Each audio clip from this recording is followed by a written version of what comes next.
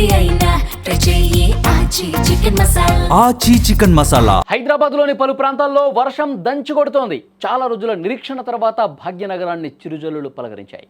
ఈరోజు ఉదయం భానుడు తన ప్రతాపాన్ని చూపించగా మధ్యాహ్నం తర్వాత ఒక్కసారిగా వాతావరణం మారిపోయింది. ఆకాశం మేఘావృతమైంది. ఈదురుగాలతో కూడిన వర్షం నగరాన్ని ఒక్కసారిగా ముంచెత్తింది.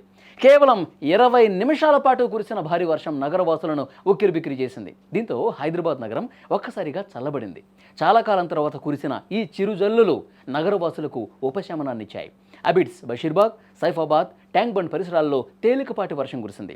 అలాగే మీర్పేట్, బడంగ్పేట్ ప్రాంతాల్లో కూడా వరుణుడు పలకరించాడు. ఎల్బీ నగర్ నుంచి హయత్ నగర్ వరకు ఈదురుగాలులు బలంగా వీచాయి. స్క్రీన్ మీద దృశ్యాలు కూడా మీరు చూస్తున్నారు. వికారాబాద్ ప్రాంతంలో మొదలైన పెనుగాలులు ఇప్పుడు హైదరాబాద్ వైపు వేగంగా దూసుకొస్తున్నాయి. దీనివల్ల సాయంత్రం 7 గంటల తర్వాత గచ్చిబౌలి, రాజేంద్ర నగర్, లింగంపల్లి ప్రాంతాల్లో భారీ ఈదురుగాలులతో వర్షం పడే అవకాశం ఉందని హైదరాబాద్ వాతావరణ శాఖ హెచ్చరించింది. సికింద్రాబాద్ పరిసరాల్లో ఇప్పటికే వాతావరణం చల్లబడింది. అకస్మాత్తుగా కురిసిన ఈ వర్షం వల్ల ఆరంఘర్ చౌరస్తాలో వాహనదారులు తీవ్రంగా ఇబ్బంది పడ్డారు. కేవలం 20 నిమిషాల వర్షానికే రోడ్లు పూర్తిగా జలమయం కావడంతో ట్రాఫిక్ నిలిచిపోయింది. ఆఫీసుల నుంచి ఇళ్లకు వెళ్లే ప్రయాణికులు గంటల తరబడి ట్రాఫిక్లో చిక్కుకుపోయారు.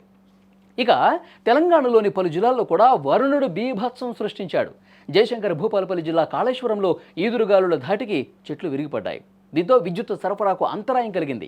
సిద్దిపేట జిల్లా దుబ్బాకలో పరిస్థితి మరింత తీవ్రంగా ఉంది. అక్కడ ఉరుములు, మెరుపులతో కూడిన రాళ్ల వర్షం పడింది.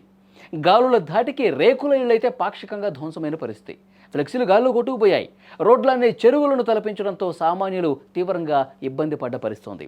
అయితే చాలా రోజుల తర్వాత వర్షం పడటంతో కొంతమందికి ఇది ఎందుకంటే అకాల వర్షం అయినప్పటికీ కొంత ఉపశమనం కలిగింది. ఎందుకంటే ఉదయం అంతా ఎండగా ఉండి ఉక్కపోతతో ఇబ్బంది పడుతున్నటువంటి సమయంలో ఒక్కసారిగా వాతావరణం చల్లబడిపోయి వర్షం పడటంతో ఉపశమనం కలిగినటువంటి పరిస్థితి. మరికొన్ని చోట్ల ఈ విధంగా ట్రాఫిక్లో ఇబ్బందులు కూడా ఏర్పడ్డాయి.